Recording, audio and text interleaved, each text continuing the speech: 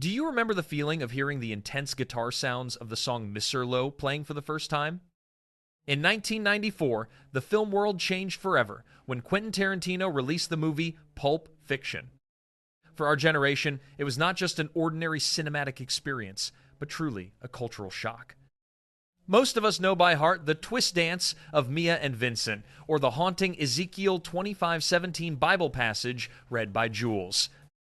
But from my perspective, what truly turned this work into an immortal monument does not entirely lie in the carefully calculated script pages. The soul of Pulp Fiction was ignited by the genuine chaos behind the scenes, the unpredictable, accidental mishaps, and the hidden details that you might have accidentally missed over the past 30 years. Today, we will rewind the audio tape of memories together. Step behind the lens to discover 15 incidents and secrets that shaped this masterpiece. Those are the lucky mistakes that accidentally created the true magic of 90s cinema.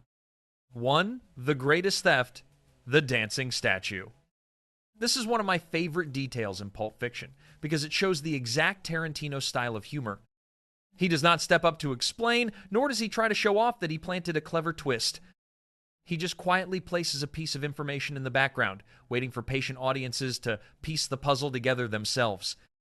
Most of us leave the scene of Vincent and Mia dancing the twist with the feeling that they just won a highly impromptu contest. The trophy in their hand seems like a well-deserved reward for one of the most memorable moments in cinematic history. But then, many years later, quite a few people were startled when hearing the radio broadcast in the segment where Butch walks back to his apartment. The trophy of Jack Rabbit Slims had just been stolen. If that is true, then Vincent and Mia simply took it home conveniently. And the funny thing is that it perfectly fits the personalities of both. They are not people who live by the rules. They live by the emotion of the moment. I always wonder how many people have watched the movie 5, 10, or even 20 times and still miss that tiny detail. Perhaps that is exactly why Pulp Fiction still makes us come back. Not to rewatch the story, but to discover the secrets that Tarantino has smilingly hidden right before our eyes for 3 decades. R. The Angry Burger of Samuel L. Jackson. There is a truth that I always find interesting about Hollywood. Audiences often remember classic roles, but forget that sometimes if a casting session had just gone differently, the entire history of cinema could have changed. Jules is a perfect example. Samuel L. Jackson knew at that time the role was slipping from his hands. He immediately took a red-eye flight from New York back to Los Angeles, with almost no time to rest. Walking into the audition room, looking exhausted, still holding a half-eaten burger in his hand, he was then mistakenly called Lawrence Fishburne by someone. If it were us, our mood would probably have dropped to rock bottom. But sometimes, frustration itself creates miracles. Jackson did not try to act polite or please anyone. He just stood there and read the lines of Jules with all the fierceness he had in him. People say that the atmosphere in the room almost changed immediately. I think what made that performance immortal was not just talent. It was the feeling that he was fighting for his own career. And honestly speaking, after knowing this story, I cannot imagine any other face that could replace Samuel L. Jackson in the role of Jules. Do you think so too? 3. The Spooky Golden Light, and 30 years of conspiracy theories. This is perhaps one of the most interesting mysteries in cinematic history, not because it has a solution, but because Quentin Tarantino never wanted it to have a solution. The briefcase of Marcellus Wallace has almost become a separate character. As soon as it is opened, that warm golden light immediately makes everyone on screen freeze, and the audience starts to speculate.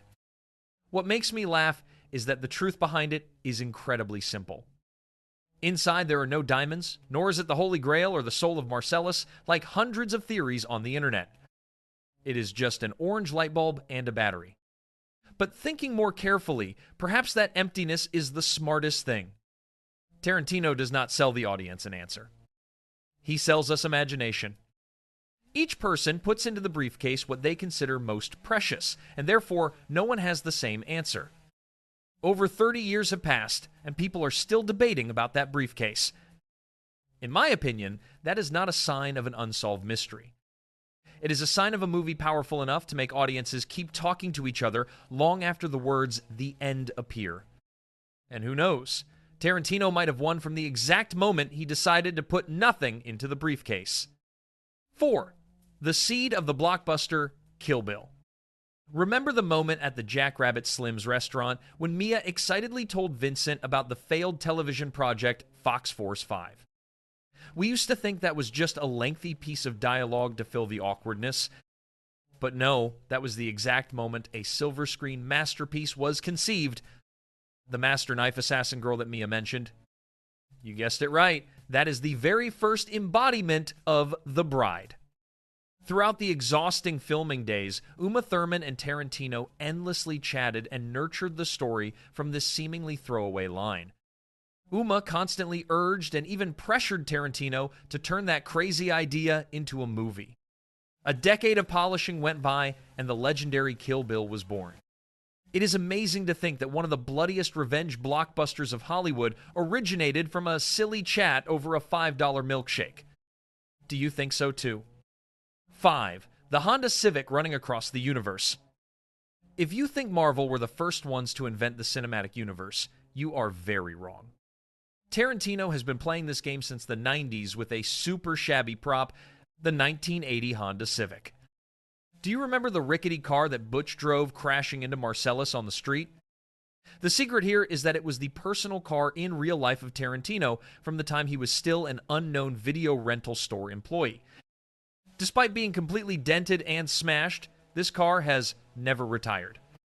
It continued its screen journey, becoming the companion of Pam Grier and Jackie Brown, and hiding full of implications at the parking lot in Kill Bill Volume 2. This is like a perfect Easter egg, a mischievous wink the director gave to his most hardcore fans. Who would have thought that a rundown car that seemed like trash could enduringly travel through cinematic space so smoothly? Probably only in a Tarantino movie. 6. The stolen Chevy Malibu and the bitter ending. If there is a behind-the-scenes story that sounds exactly like a script of Pulp Fiction, it is the story of this Chevy Malibu. A car that plays an important role in a crime movie, then in real life also disappears without a trace. Just hearing it makes you think Tarantino must also laugh bitterly. The thing that makes me think the most is not the fact that the car was stolen, but the ending after nearly 20 years. Try putting yourself in the position of the man who bought it. He had no idea this was a stolen car, spending about $40,000 to restore every detail with all the passion of a classic car lover. Then one day, the police appeared and took it away. It was legal, but certainly not easy to accept. That is the kind of paradox that life sometimes writes better than cinema. One person gets their property back. Another person loses almost everything, even though they did nothing wrong. Perhaps that is why every time I see Vincent driving the Malibu gliding on the road, I do not just see a beautiful car. I also see a story with an ending that is both lucky and bitter. In your opinion, in this case, who is the one more deserving of sympathy? 7. The needle stab in reverse. This is a scene that even now, every time I watch it again, I still unconsciously hold my breath, even though I know Mia will wake up just a few seconds later. The interesting thing is that the painful feeling we have remembered for over 30 years was actually created by an incredibly simple filming trick.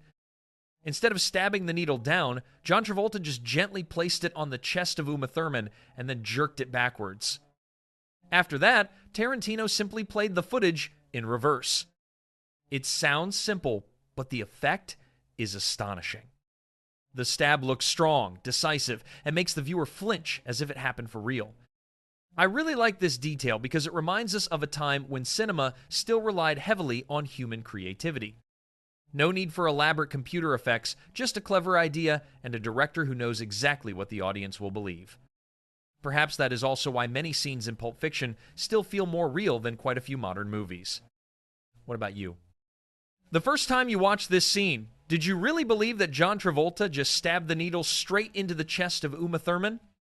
$11 million named Bruce Willis. When mentioning Pulp Fiction, most of us will think of Quentin Tarantino, Samuel L. Jackson, or John Travolta. But, looking a little broader, it can be said that Bruce Willis was the one who silently opened the door for this movie to exist exactly as Tarantino wanted. In 1993, Bruce Willis was the only name powerful enough to make international distributors immediately open their wallets. Just thanks to his appearance in the cast, the movie pre-sold its rights and earned about $11 million, which was more than the production budget. That meant one extremely important thing. Tarantino no longer had to constantly hear phrases like change the ending or make the movie easier to understand. I always find this to be a very beautiful paradox of Hollywood. The person who appears the least on screen is the one who helps protect the soul of the entire movie. Thinking back now, it is hard to imagine what would have happened if Pulp Fiction had been edited by a major studio, according to the familiar formula of the 90s. Perhaps we would have a safer movie, but definitely not a work that audiences still talk about after more than 30 years. 9. The Bathroom Curse of Vincent Vega. Have you ever noticed the bizarre curse clinging to the guy Vincent Vega? Seriously, try to think back. What is your worst experience in the bathroom? Running out of toilet paper. That is nothing compared to this unlucky hitman. This is an extremely sharp script satire. Every time Vincent steps into that seemingly most private place, disaster immediately strikes. At the house of Mia, he is reassuring himself in front of the mirror, then boom, the girl outside overdoses and is near death. At the Hawthorne Grill, he casually walks out only to find the robbers pointing guns at the heads of everyone. And the climax of the tragedy, at the apartment of Butch, going to the bathroom directly sent him to heaven under a hail of bullets. It is crazy, right? The survival lesson learned is that if you live in the Tarantino universe, it is best to hold your pee. Your life or a minute of relief, what will you choose? 10. The battle to oust Daniel Day-Lewis. Can you imagine a parallel universe where Daniel Day-Lewis wears a black suit and dances with Uma Thurman? Hard to believe, but that almost happened. This legend with 3 Oscars once desperately desired the role of Vincent Vega. The mogul Harvey Weinstein was naturally overjoyed as if he had struck gold. But Tarantino poured a bucket of cold water, sweeping everything away with a resolute attitude. Either John Travolta or this movie will not exist. That was a crazy gamble, because the career of Travolta at that time was at the bottom of the abyss. That intense power clash only cooled down when producer Danny DeVito stepped up to use his influence to protect Tarantino. And the rest belongs to history. That great stubbornness not only brought an iconic Vincent Vega, but also created a spectacular comeback, brilliantly reviving the seemingly dead and buried career of John Travolta. What a backstage miracle. 11. The classic dance did not come from Greece.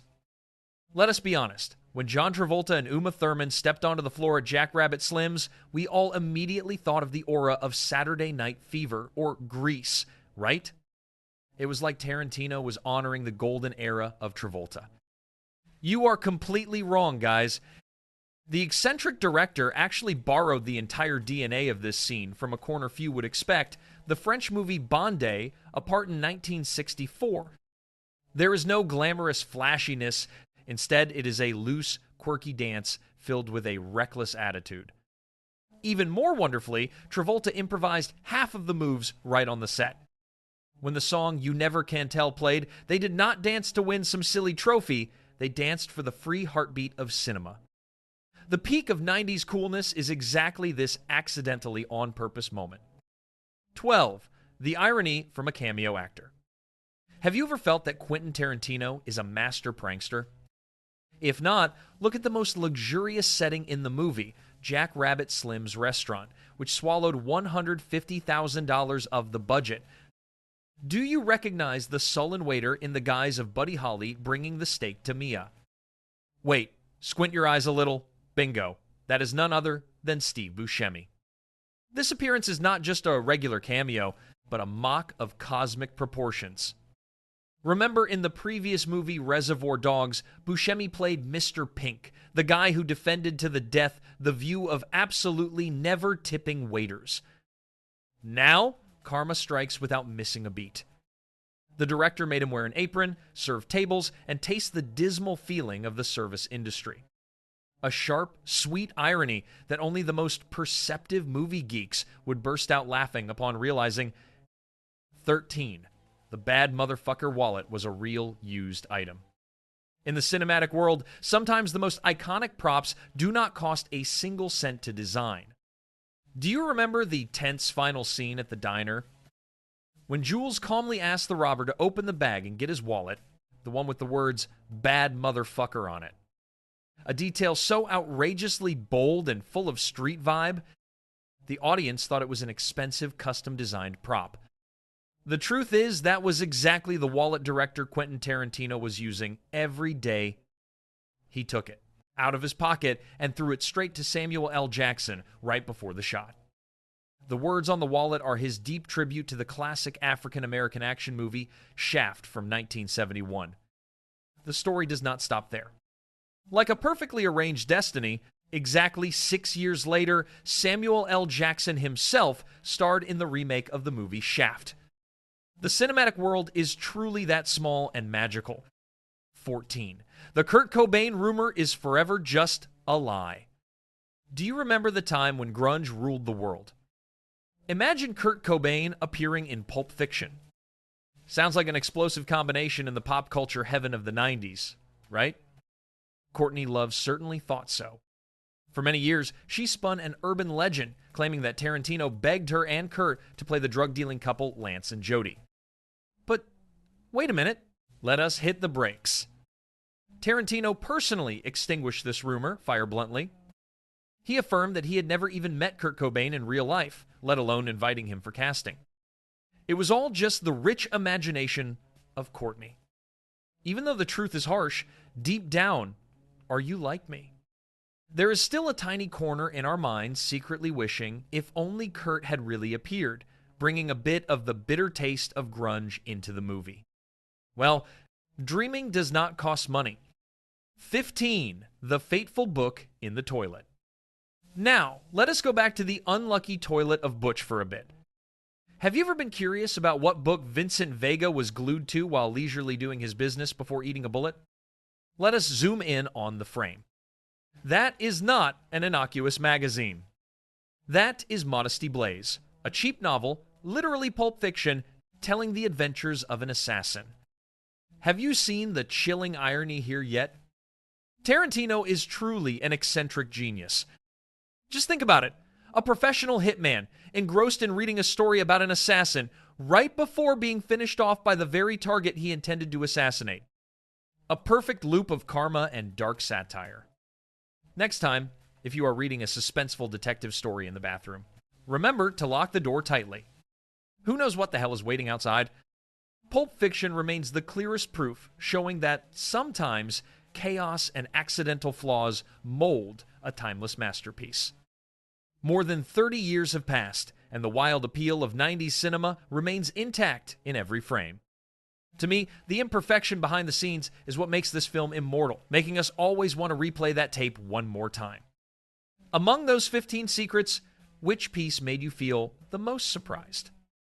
Please leave a comment and share your perspective with me.